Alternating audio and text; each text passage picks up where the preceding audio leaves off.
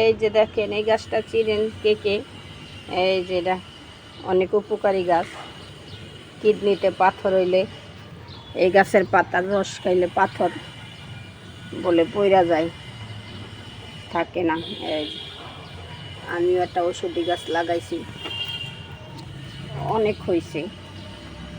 এই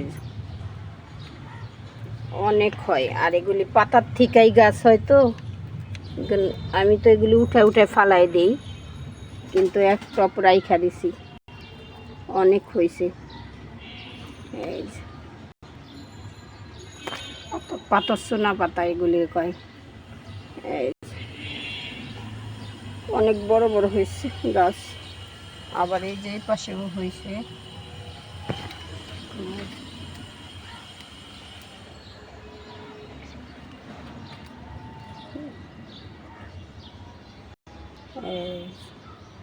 ভালো থাকবেন সবাই, আল্লাহ হাফেজ।